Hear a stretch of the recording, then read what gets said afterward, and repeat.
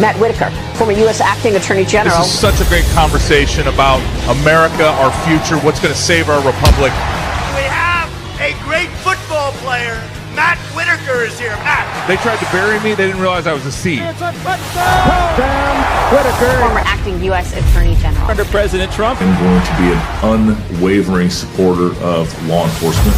Welcome to Liberty and Justice with your host, Matt Whitaker. Today's episode is sponsored by Save Missouri Values PAC.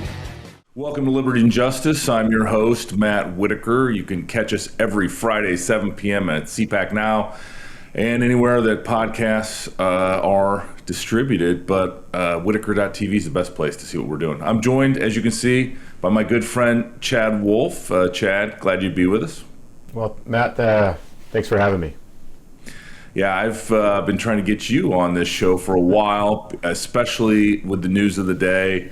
It seems like not a single day goes by where the brave men and women of Border Patrol, ICE, and other DHS units and entities are in the front page doing important law enforcement things. But let's get right into it. You were the acting Secretary of Homeland Security, the Department of Homeland Security, and one of your main charges was to protect the American people by implementing an effective border security. Why don't you talk to me? I know what we did because I was there and you and I worked together. But why don't you tell those folks that maybe aren't as familiar with kind of some of the policies that you were able to implement and how effective they were during the Trump administration? Well, absolutely. And I would say, as we came into the administration in 2017, I think there was a recognition that the situation along the border, even at that time, was a little bit out of hand, was a little bit uncontrollable, where you had mass illegal immigration occurring along that border without a lot of consequences, and with the cartels and others just again pushing and smuggling and trafficking individuals across that border. And it's really the way it had been during the Obama administration, and I would also say to a large extent during the Bush administration. And so you really had a transformative president with President Trump who came in there, who said, I want to fix this. I want to roll up my sleeves and I want to try to do the hard work to try to get this under control, to put some solutions in place, some long-term solutions that would work and that would help. And so that's really what our charge was over that 4 years. And we had some hiccups and some bumps early in that road. 2017, 2018, we tried to work with Congress to enact laws that would allow DHS and its law enforcement officers to do their job better, quicker, and more efficiently. And we just never got that from Congress. And so we went about kind of constructing our own path forward. And that included building border wall systems, over 450 miles of that by the end of the administration. But it also included programs like the Remain in Mexico program, asylum cooperative agreements, and the like. And the idea with all of these agreements and all of these different programs and policies is to make sure that, one, we rooted the fraud out of the immigration system, and there's an immense amount of fraud that these cartels and NGOs and others use our laws to circumvent, to find those loopholes, to allow individuals to stay here in the United States that have no legal right to stay here in the United States. So we went about changing and trying to fix some of those, but we also tried to bring some of that deterrence back into the system, right? Crossing the border illegally between a port of entry is against the law. But if there's no consequence to that, if no one's going to hold you accountable for breaking that law, then there's no use in it. There's no purpose in it. So we wanted to bring some deterrence back, make sure that individuals are held accountable for their actions and then removed quickly. And so those were just a few of the items. And then over the course of 2019 and 2020, we really started seeing a lot of the work that we had put in over the last 3 or 4 years start to come to fruition and really realize that. And then you started seeing those apprehension numbers start to drive down really, really low. And then COVID came in, and that presented a unique set of circumstances. But look, at the end of the day and the end of the administration, we had a pretty good playbook. We had a playbook of what worked and what didn't work. And we handed that playbook off to the administration, to the Biden administration, the incoming folks. And we said, look, we don't know what you're going to do, but if you do half the things that you campaigned on, you're going to have a real problem. And here's why. And we kind of walked it out for them. The lack of beds, the lack of facilities, the lack of transportation, everything that we've seen over the past 15 months, we outlined for them. And they took that playbook, and for all intents and purposes, they kind of put it in the trash can. And they went about, kind of dealing with border security in a very odd way, which I'm sure we'll get into a little bit. And so that's kind of, how I see the last 5 or 6 years shaping up. It was a lot of hard work to do a lot of transformative measures during the Trump administration. I think measures that most Americans would say work. We kept the border somewhat under control, and we're not sure why we're not using some of those same measures today. Yeah, and you and I worked on so many important things, and you mentioned one that I think was actually a creative idea, but at the same time grounded in law, and that was the idea of if you didn't come into a port of entry, if you came in between ports of entry, essentially illegally crossed our southern border, that should have had some consequences. Not only was it illegal, but I think we looked at maybe not being eligible for asylum then, because, and those types of things. And as you know, probably better than most, is the Department of Justice runs the immigration courts. They're completely overwhelmed and swamped now, although we surged. I think we put over 100 new judges into that system. And the Attorney General sits as essentially the Supreme Court of the immigration courts. And so you could take a case on further review after the immigration appeals judge panel had reviewed it and set precedent, set law based on, kind of how those judges had previously misinterpreted. And we did that, and we really had a good rhythm going, especially, when I took over as acting Attorney General. But, there's, I think, such a need for a comprehensive, and I use that like a government-wide solution because, DHS and DOJ have such an interplay in this space. But, we were working with one hand tied behind our back because Congress was an unwilling partner. I remember you went up so many times to testify on, just common sense changes in the laws and your authorities that would have made your jobs so much easier and would have made a system at least a little more rational, because it is it's very difficult when you're when you're dealing on the ground. And I remember sort of our conversations where you'd be like, how do you expect me to train our border protection folks on this checklist of how to go through these various cases depending on what country they're from and what they're claiming and all these types of things. I mean, obviously we've seen the video from the border. It's very rugged, difficult, and it's usually in the middle of the night, and it's hard for them to do the work, and then we expect them to execute these draconian and nonsensical checklists. It's almost like we're trying to make it hard for the officers to do their job. I think that's right. Now, a great program that both DHS and DOJ were partners in was that Remain in Mexico program that we put in place towards the end of the administration in 2019, and it's a program that worked.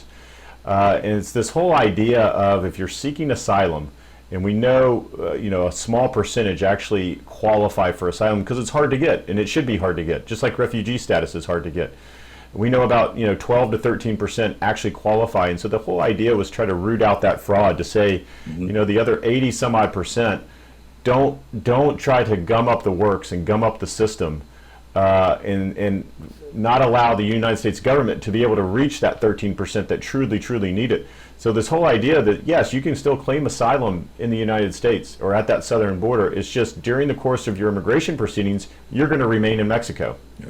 There's no, what we saw and what we argued in front of the Supreme Court, and the Supreme Court said the Remain in Mexico program is totally fine and legitimate and comports with law, was to say, yes, you have a right to claim asylum and you have a right for your asylum proceeding to be heard by a U.S. immigration judge, but you don't have a right to remain in the United States during that process. And so that's all Remain in Mexico was, is we were trying to root out that fraud and get their immigration court proceedings done in a quicker fashion. And what we saw is it worked. That people that knew that they were submitting a fraudulent claim decided not to partake in the program, decided not to make that journey. And that's what we need at the end of the day. And so you have this administration right now who has the same numbers that I just told you, knows that 85 to 86% of asylum claims are fraudulent, and yet they're releasing these individuals into the country for 3 to 5 years before they see an immigration And do they judge. have some right to work after a certain period of time? Is that They do. They're about 6 months after once you claim asylum and you go through the proceedings and you actually show up for some of your court-appointed check-ins with ICE in the immigration system. After about 6 months, you'll get a work permit. Yeah, I mean, it just is the American people, if they understood how manipulated this system is by people that have no right to claim asylum, are not following U.S. laws, are only doing it as a fraudulent scheme to come to the United States to live and work for as long as they possibly can. I think they'd be more outraged than they are right now because, to your point, this administration has repealed all of these policies. Yeah. Obviously, they've tried to repeal Title 42. They've unsuccessfully, at least to this point, have tried to repeal the Remain in Mexico. Although I don't sense that the Biden administration is giving it really a meaningful enforcement. They can't seem to just work it out like we had it worked out the year before they repealed it. So how bad is it? I know you've been down on the border. I mean, I know you've done tons of tours down there. Like it's pretty bad. Yeah. It's bad as far as the overwhelming numbers, but it's also bad for Border Patrol officers and agents that are overwhelmed. They've been overwhelmed for 15 or so months. They see no end in sight. And the way I describe it is, imagine if you're a Border Patrol officer and you have a belt of tools. Metaphorically, you have a belt of tools that says, okay, I've got a border wall system. I've got a Remain in Mexico program. I've got cooperative agreements. And I have many, many others. And one by one, those tools are taken out of your tool belt and thrown on the ground and thrown away in many instances. And so you're that Border Patrol agent that's sitting there and saying, okay, I had 7 tools on my tool belt. Now I have only 5. Well, today they only have 1 tool left, and that's Title 42. And they know that their political leadership and they know the administration does not like it. And they know they're trying to still repeal it. And so if you're a Border Patrol officer, you're saying, okay, I'm about to lose the only tool I have left that keeps any resemblance of control over this border. And I say that very loosely. Yeah. And so they're growing frustrated. Morale's at an all-time low. Unfortunately, suicide rates with Border Patrol are at an all-time high, because when you're operating in this type of environment, you have the stress that they have on them every single day, and they take that home day in and day out. It starts to wear on you. They can gut through it for a month or 2 or 3 or 4. That's kind of it's how they operate. But when you're 15 months in, and you're probably looking at another 15 to 16 to 17 months, you're asking yourself, where does this end? And that's what they're seeing there. And that's just Border Patrol agents that live along that border. I think what's important to remember is that, and I get asked this question a lot, people just say, why? Why is the administration doing this? Why did they want an uncontrolled border? Why did they want hundreds of thousands of folks coming across that border illegally every month? It's a hard question to answer, but I answer it this way. It's by design. They campaigned on this, and the DHS Secretary will tell you almost any chance he gets, he says they have a plan and they're executing on their plan. And so you have to take them at face value, and you have to say that their plan has been the past 15 months. And if you're executing on that plan, then you're executing on an open borders agenda that says, I don't care about the sovereignty of the United States, I don't care about American communities. The only thing I care about is processing individuals quicker and faster than we ever have before, so that they're not waiting under bridges in Del Rio, or they're not waiting outside of Border Patrol facilities. Because if I don't have a line, that means I don't have a crisis. That means I don't have a problem to deal with. So if I just process people quicker and quicker and quicker, then there's nothing to see here, and it's exactly the wrong problem. It's exactly the wrong solution to the wrong problem. The more you process them, the more the cartels know that you're processing more and more people, the more and more people they're going to shove towards that border. It's an incentive measure like one we've never seen before. So I don't understand their strategy at all. Does anybody under this administration get removed ultimately? I mean, is there? I assume the answer is no. That if you're let into the country, you're essentially here at least till the Biden administration's over. I think that's right for the vast majority of folks. So I think it's instructive to look at the last month of numbers that we have, and so that's for the month of April. month of May. And so they removed, under Title 42, they removed about 96,000 individuals. And that's a large number, but they're using Title 42 authority. So just think about the number of folks, that's 96,000 folks, if Title 42 goes away tomorrow, that are being released into the country. And why do I say that? Because if they're not using Title 42, and I don't mean to use a lot of jargon, you're then using Title 8. And so you're moving everyone into Title 8. So let's just look at the number of folks in Title 8 in April alone. They put about 136,000 in Title 8, which they will say, and they use clever wordings like immigration removal proceedings. Well, out of the 136, they only removed 10,000. Yeah. So you had about 120,000 individuals released into the country in the month of April under Title 8 using the removal authority that DHS has today. And so you just have to think, if you're going to pull down Title 42, you're going to put another 96,000 folks into there, and this is just in 1 month. You could have upwards of about 200,000 folks or more released into the United States, never to show up at an immigration judge hearing, never to get removed. The only way to really, really remove people is to detain them, have their day in court, and then remove them. We know the numbers and the facts, the data all support that. At the end of the day, the goal here is to enforce the law, and it's to remove individuals that don't have a legal right to remain here in the United States. And if that's your goal, then you've got to do things just dramatically different than what's going on today. Right. Yeah, and I think the thing that I worry about, in addition to these, these just numbers and how the Biden administration is executing this plan that you mentioned, is how many people are never encountered? How many, quote unquote, getaways? I mean, I'm not sure that we have an actual number, but there's got to be a proportionality where there are, at least an equal amount of people that are coming here that don't interact with Border Patrol at all. Yeah, it's such a great question, and we call those gotaways, and you're exactly right, they're gotaways. And we estimate, or I should say DHS estimates, again, with the numbers that we're seeing today, you probably have, in the course of a 30-day period, somewhere between 60 and 70,000 of those individuals coming across the border that are never encountered, nevertheless ever apprehended, but even encountered by Border Patrol officers. But how do we know that they're there? Because we have radar feeds, we have camera feeds, and we have some other abilities to detect where those individuals are crossing and how many have crossed.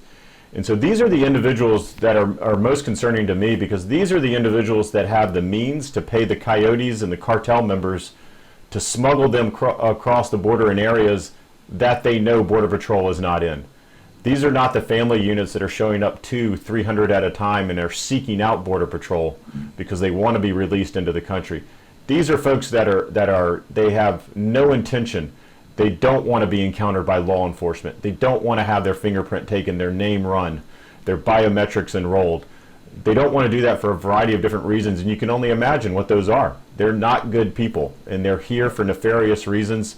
Some could just be criminal in nature, and others could be much worse than that.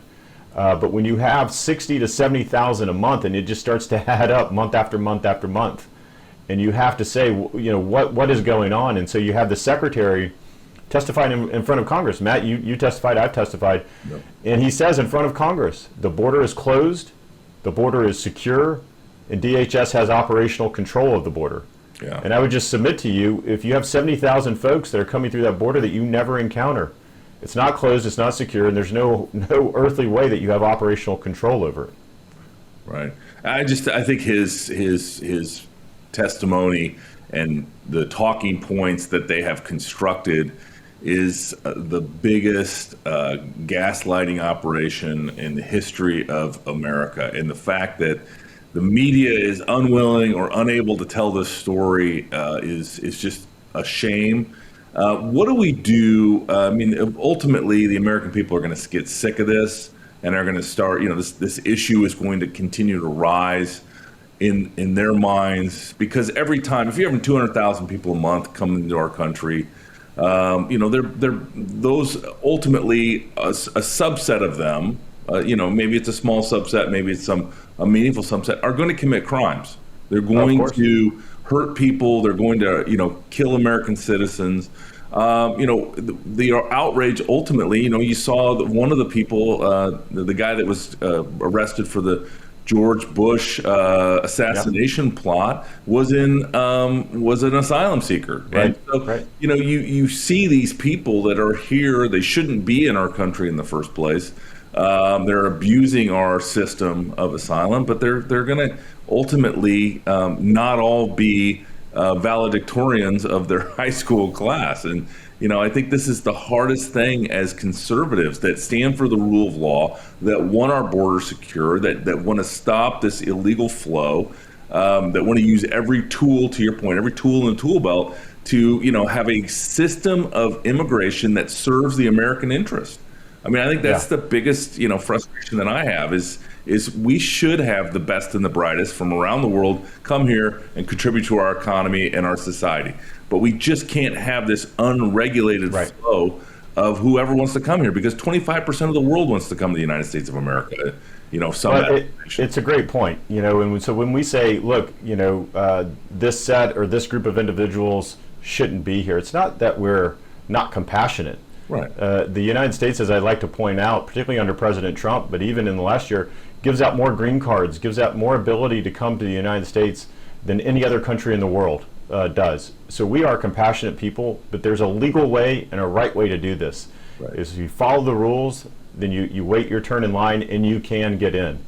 It's when you have this illegal behavior that happens and continues day after day, month after month, year after year, that you decide to ignore it, which is what the Biden administration is doing. They're just ignoring the fact that 234,000 individuals decided to break the law last month alone, and they're not doing anything about it. Well, that compounds itself over time. And the Secretary got asked the question, Matt, you just asked, which is, I forget which member he asked him, but basically said, are any of these individuals that are coming in illegally going to commit crimes? And the Secretary said, sure, yes, just by the sheer numbers.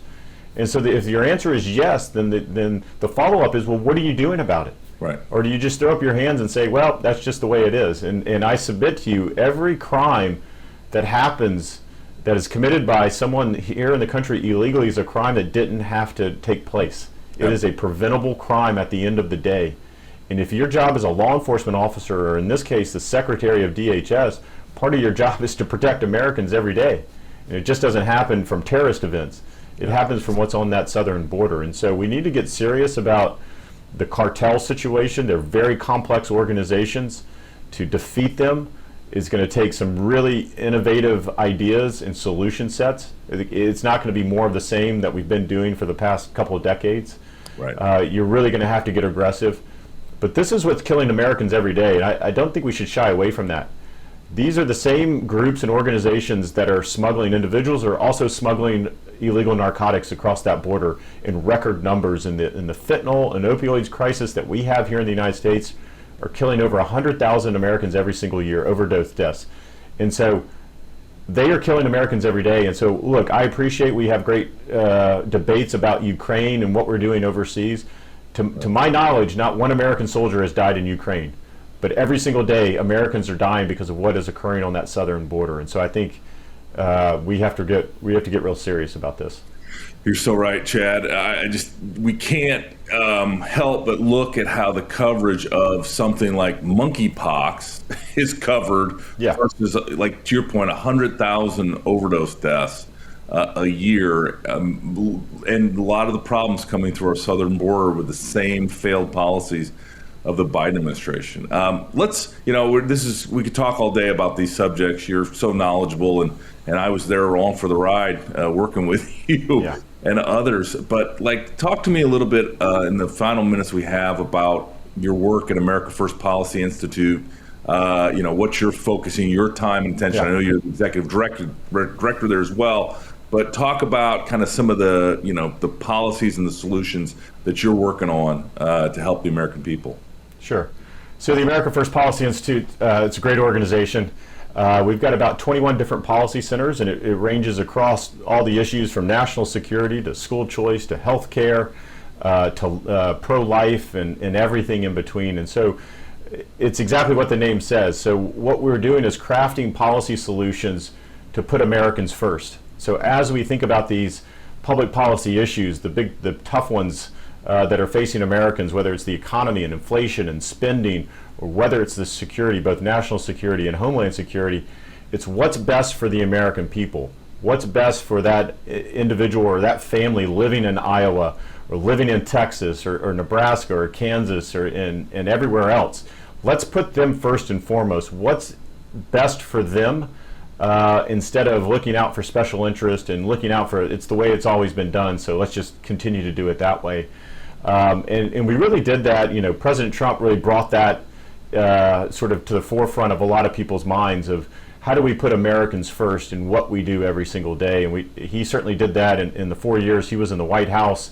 We did it at DHS in the 4 years I was there. We just didn't know that we didn't call it America First. We just said, look, we're going to enforce the law and we're going to do things that's right for the American people. And I think once the administration left and then we saw the Biden administration come in and change a lot of policies, not for the betterment, right, for the worse in many, many cases, I think people are sort of longing to say, how do we put America first again? How do we get back into that driver's seat? How do we have the strongest economy in the world? How do we have the secure borders that we need? How do we continue to give parents choice on where their children go to school? How do we make it easier to vote and harder to cheat? How do we do all these different things? Well, it takes a lot of work, and I would say myself and my colleagues at America First Policy Institute, AFPI, we're on the forefront of that in trying to work with both federal legislators, state legislators, their staffs, to educate them on these right approaches and moving forward. So whether it's all the issues I talked about or whether it's ESG, school safety, food security, these are all issues that we're tackling right now because they're really important to the American people. And I think they deserve a thoughtful response and really a different approach that we see today. Yeah, and Brooke Rollins runs AFPI, and she always says this isn't a think tank, this is a do tank, and I think that's such an important reminder for all of us. And in full disclosure, I co-chair one of the centers at AFPI, the Center for Law and Justice, and get to work with all these great people on these important issues. How can people learn more about it? I'll make sure I include it in the show notes. Yeah, absolutely. AmericaFirstPolicy.com. You can go there. We also have a podcast, very much like you do here, Matt. It's agenda.americafirstpolicy.com. You can go there. You can hear I interview some of these folks, like Brooke and some of the other leaders at AFPI, and then just some other. I need to be on there soon. Absolutely. But also some other conservative thought leaders and America First movement leaders, kind of picking their brain on what they see and how AFPI and other groups like us can help them. We've got midterms around the corner, and I think there's a new way to approach some of these pressing issues that the country's facing, so we're looking forward to it. All right. Well, Chad Wolf, Executive Director at America First Policy Institute and former Acting Secretary of DHS, has been my guest here on Liberty and Justice. Thank you so much, Chad, for the time. All right. Thank you, Matt.